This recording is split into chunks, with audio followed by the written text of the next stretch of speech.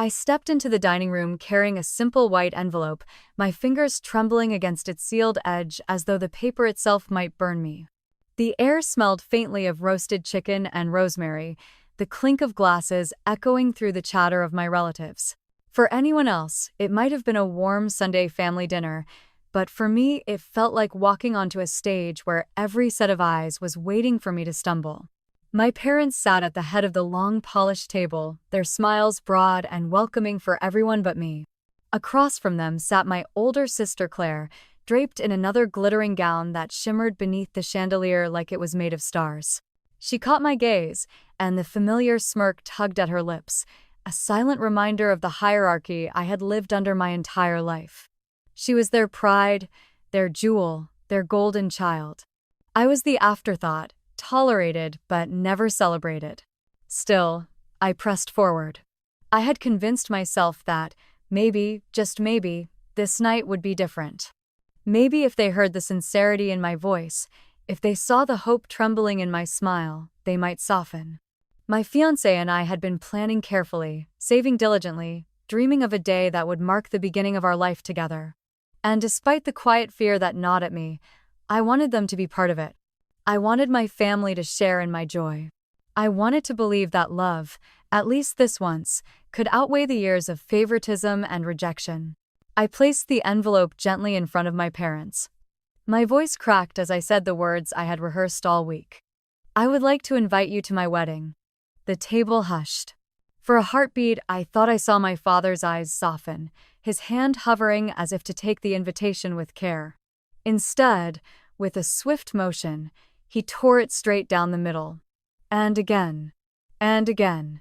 Until the shredded pieces lay scattered like fallen leaves across the table's surface. The room gasped, but not in my defense. My mother leaned back in her chair, her eyes sharp with disdain. "A disgrace," she said, her voice slicing through me like glass. "Marrying him is nothing but shame for this family."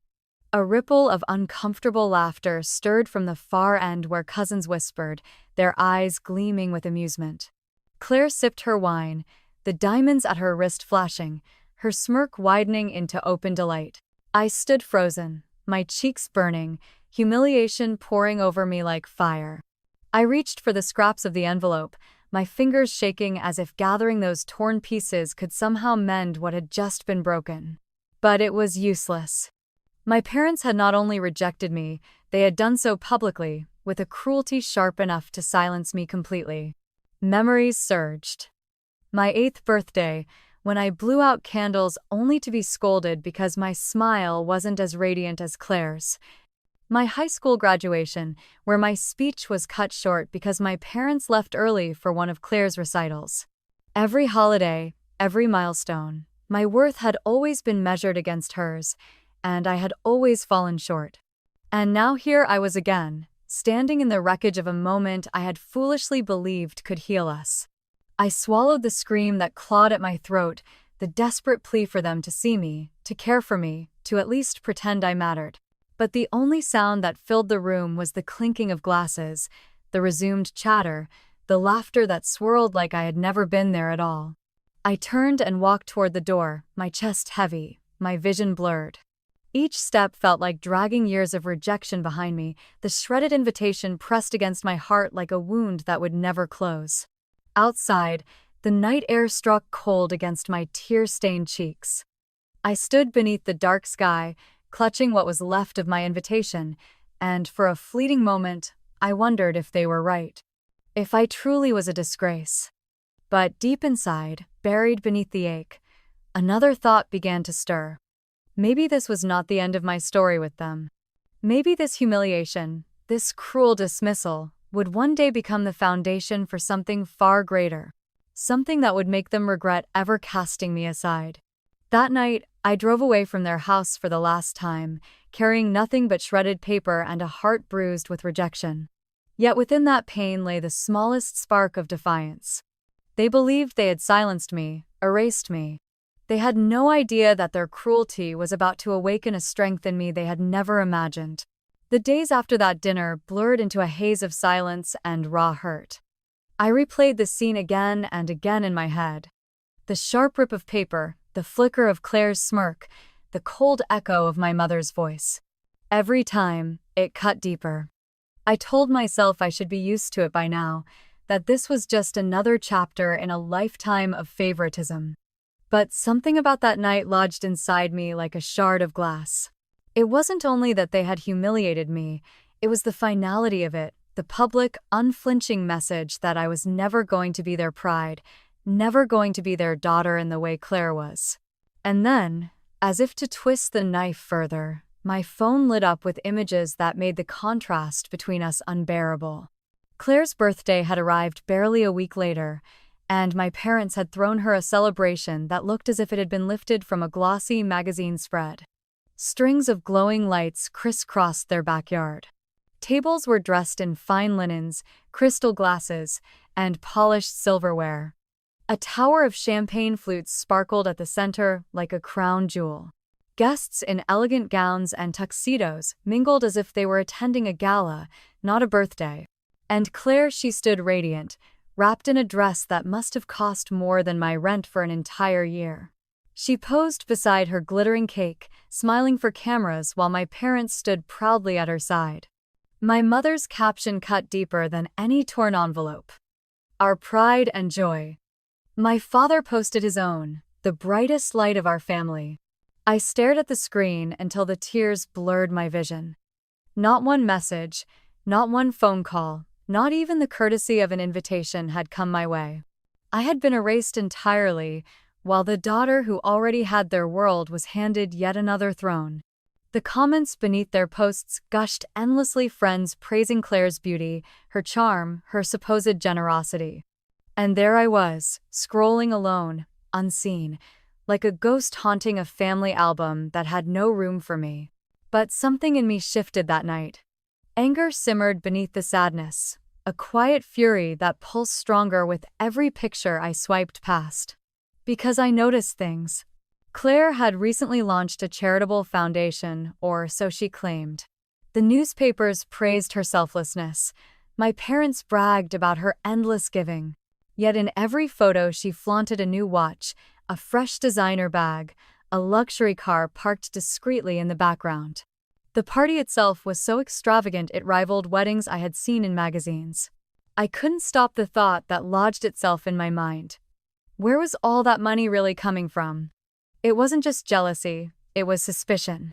The glow my parents clung to, the pedestal they built for Claire, suddenly seemed fragile.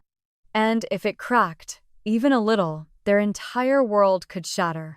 That realization settled inside me like a seed. For the first time, I wasn't longing for their approval. I wasn't aching for a seat at their table. Instead, I wanted something else entirely. I wanted them to feel the silence they had forced on me. I wanted them to see me standing in a place so undeniable, so dazzling, that they could no longer pretend I was invisible. I didn't know how it would happen yet, but I knew this. Their cruelty would not define me. Their rejection would become my fuel. And one day, when the moment arrived, it would be their turn to watch from the shadows while I stood in the light. That night, I shut off my phone and lay in the dark, my chest heavy but my thoughts alive with possibility. Claire's glittering birthday had been more than a party, it had been a turning point. The world saw her as flawless. I had seen the cracks. And cracks, no matter how small, always widen. The following months unfolded like the tightening of a spring. On the surface, I carried on with my life as though nothing had changed, working quietly, planning the wedding with Daniel, pretending to be unbothered whenever whispers of my family's dazzling gatherings reached my ears. Yet beneath that calm exterior, something was building. A quiet fire, fed by every dismissive glance, every smug social media post, every story of Claire's glittering triumphs. Daniel was the only one who truly saw me in those days. He had a way of grounding me, his presence like an anchor when I felt as though I might float away into bitterness. He would sit across from me in our modest kitchen, his warm hands wrapped around mine, and remind me that family did not always mean blood. Family was built through love, loyalty, and respect, things my parents had never offered me, but he gave so freely. We spoke often about our wedding, and each time I felt my chest swell with a mix of excitement and dread. Excitement, because I could imagine standing beside him, promising forever, knowing he was the one person who had chosen me without condition. Dread, because I knew my family's absence would hover over that day like a ghost. Even though I told myself I no longer cared, some part of me still ached at the thought of their empty seats. But Daniel had a secret, one he carried with quiet confidence, and though I didn't yet know its depth, I trusted him. He often reminded me that sometimes the life we think we deserve is smaller than the life waiting for us if we dare to step into it. I didn't understand fully what he meant, but I clung to the words, letting them soothe me. Then came the letter. It arrived in a plain envelope, the handwriting unfamiliar, the seal delicate. When I opened it, my breath caught in my throat. It was from my grandfather. Not the man I remembered through my parents' filtered stories, but his words, his voice, alive on the page. He had passed away years ago, and yet here he was, speaking directly to me. My darling granddaughter, it began. If you are reading this, then it means what I left for you has finally reached your hands. I want you to know that I saw you. I saw how they treated you, how they diminished you, how they pretended you did not shine. But you did, Rebecca. You always did. That is why I chose you. My hands shook as I read on. He had left something for me, not scraps, not token trinkets, but his legacy.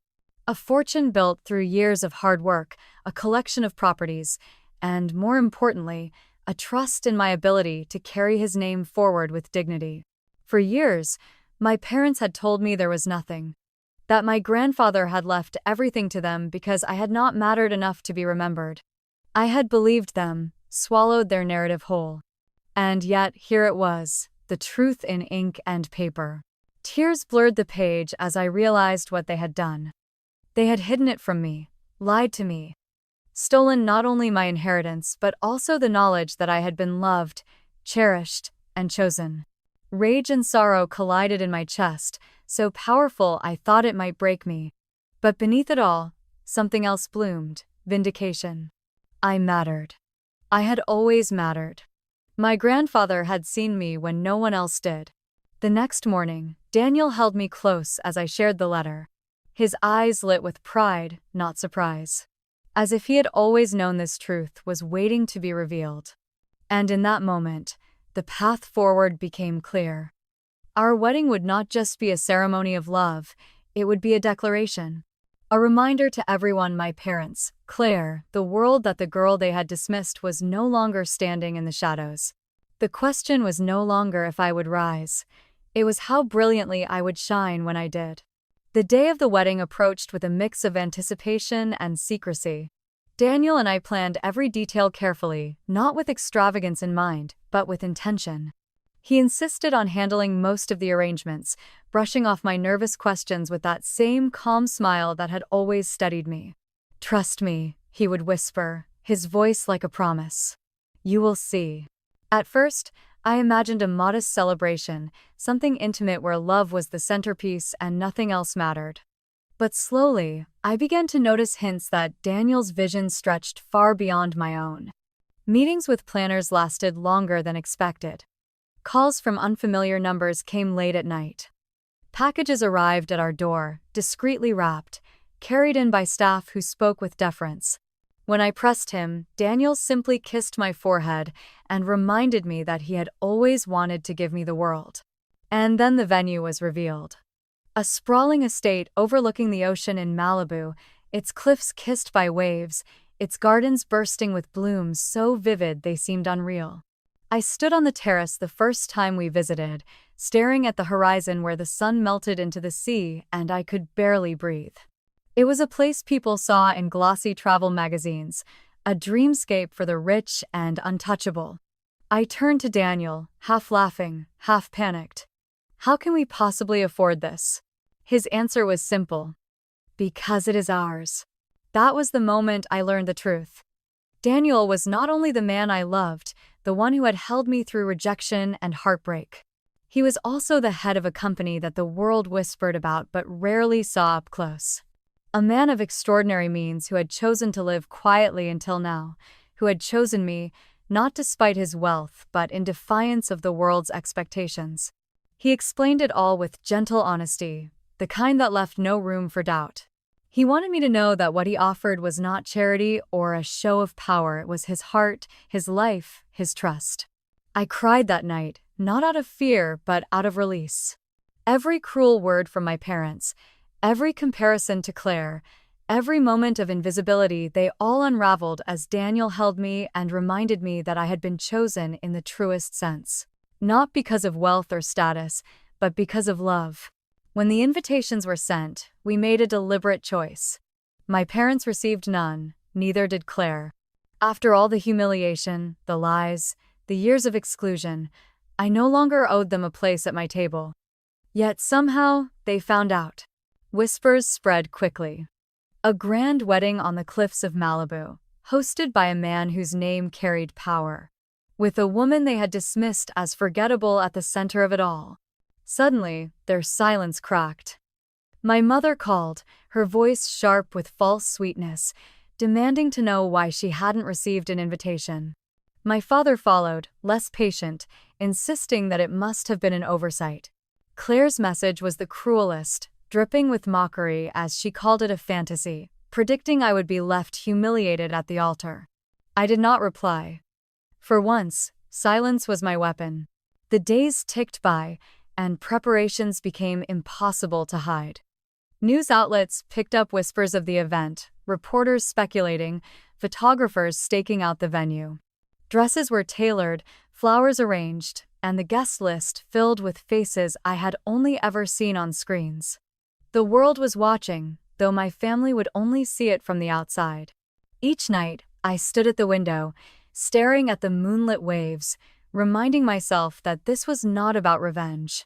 It was about stepping into a life where I no longer begged for scraps of love. Still, a quiet satisfaction flickered inside me. The ones who had cast me aside would soon witness what they had lost not through my words, but through the undeniable truth of what I had become. The morning of the wedding arrived with the kind of golden sunlight that makes the world feel like it has been polished just for you. I woke to the sound of waves crashing against the cliffs, the salty air drifting through the open window of the bridal suite. For a moment, I simply lay there, staring at the ceiling, letting the weight of the day sink in. After years of humiliation and longing, this was my moment. Not just to marry the man I loved, but to step fully into a life I had been told I did not deserve. The suite bustled with activity.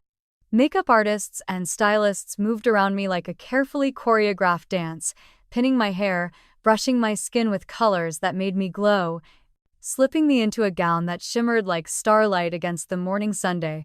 I caught sight of myself in the mirror and almost didn't recognize the reflection.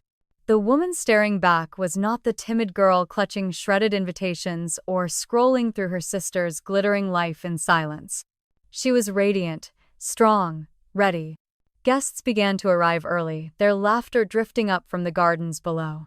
Some were household names, others powerful figures hidden behind the scenes of industries most never glimpse. Photographers lined the gates, flashes sparking like fireflies. Every detail had been arranged flawlessly. Strings of white orchids cascading from archways, music floating through the air like a promise, tables adorned with crystal and silver that glittered beneath the open sky. And yet, as I peered out from the balcony, my chest tightened. At the edge of the crowd, beyond the velvet ropes and security guards, stood a cluster of familiar faces. My parents, dressed in their finest, trying desperately to wave their way in. Claire stood beside them, her gown almost rivaling my own, her face twisted between rage and desperation. Their voices carried faintly through the wind, pleading with the guards, insisting that there must have been some mistake. There was no mistake. Their names had never been on the list. Inside, the ceremony began. I walked slowly down the aisle lined with white petals, the sea glittering behind us, every eye locked on me. My heart raced, but when I met Daniel's gaze, everything stilled. His eyes held nothing but love, steady and unwavering, and in that moment the noise of the world fell away. I felt seen, wholly and completely, for the first time in my life. The vows were simple, but every word carried weight. He promised to stand beside me through every storm, to remind me of my worth even when I doubted it. I promised to trust him, to walk into every unknown with him, to never let the shadows of my past define the light of our future. When we spoke those final words, the air seemed to crackle. Applause rose like thunder, echoing against the cliffs, rolling out toward the sea. Somewhere beyond the gates, I knew my parents and Claire were watching, powerless, their faces pressed against the edges of a world they had denied me. I wondered if regret filled them, if they realized what they had thrown away. Or perhaps they seethed with envy, unwilling to accept that the daughter they had scorned now stood in a place they could never reach.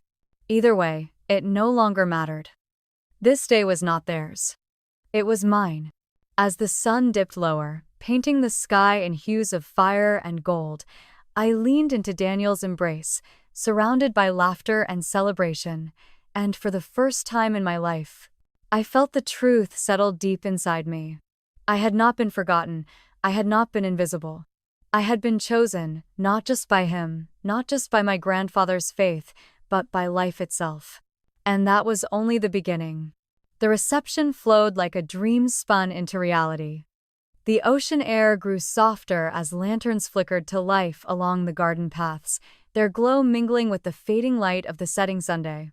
Music drifted through the air, a live band playing melodies that wrapped themselves around the laughter and conversation of our guests. For the first time in my life, I was not standing at the edges of celebration, watching others bask in the glow of approval. I was at the center, not because of wealth or spectacle, but because of love. Daniel and I danced our first dance as husband and wife beneath a canopy of stars, the world narrowing to the sound of his heartbeat against mine. Applause followed, glasses clinked, and the night seemed to expand with joy. But beyond the gates, shadows lingered. My parents and Claire had not left. They remained outside, their voices rising in frustration, their entitlement clashing against the firm resolve of security guards who refused them entry. At first, I ignored it. But as the evening unfolded, murmurs spread through the crowd. Guests had noticed the commotion, whispers carried from table to table, curiosity mingling with disapproval.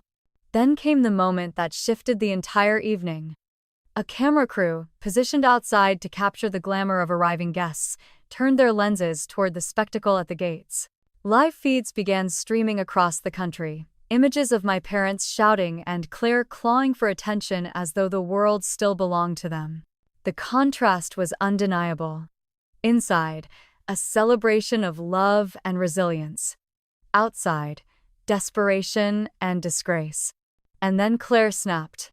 She screamed, her voice cutting through the night, insisting that this was her rightful place, that she had been wronged. Her hands clutched at the gates, her carefully painted face twisting with rage.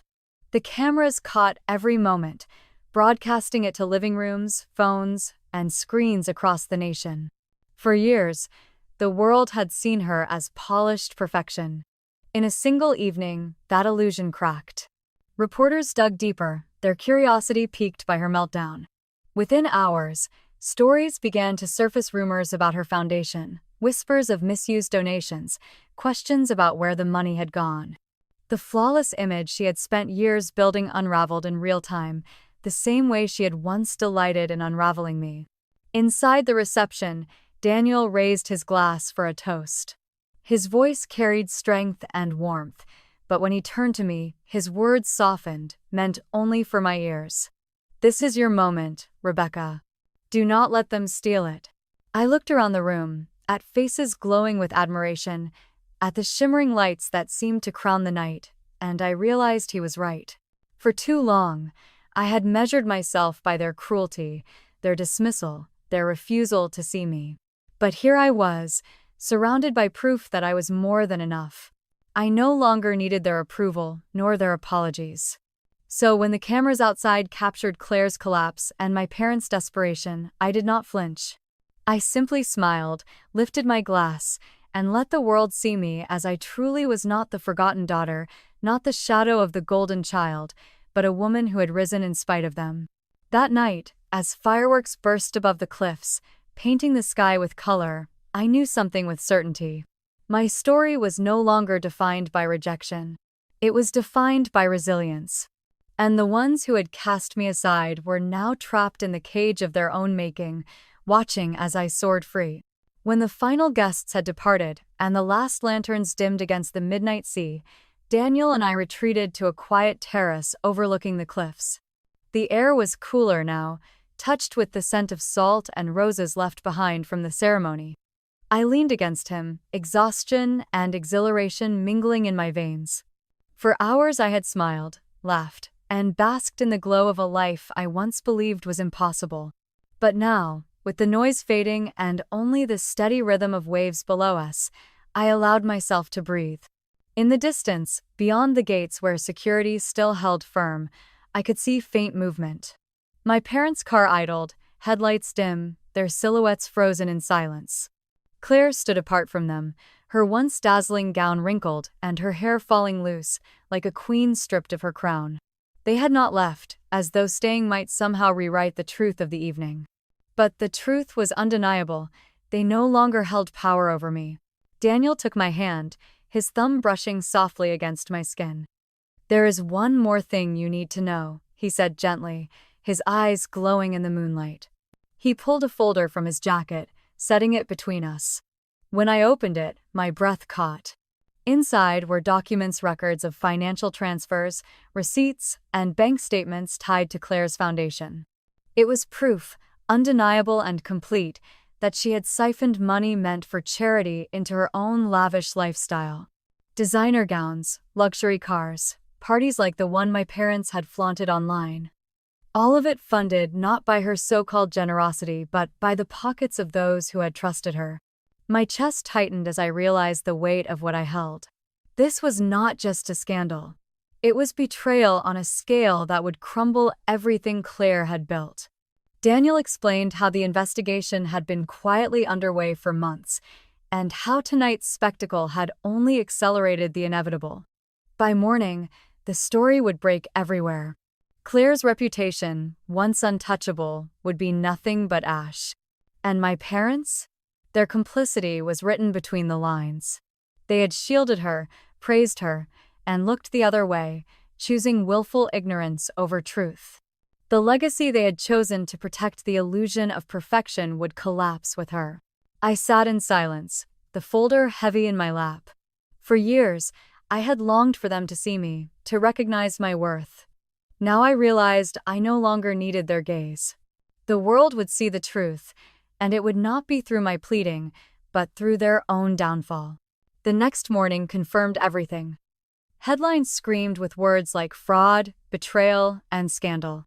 Images of Claire's meltdown at the gates circled every platform, her once polished persona now reduced to ridicule.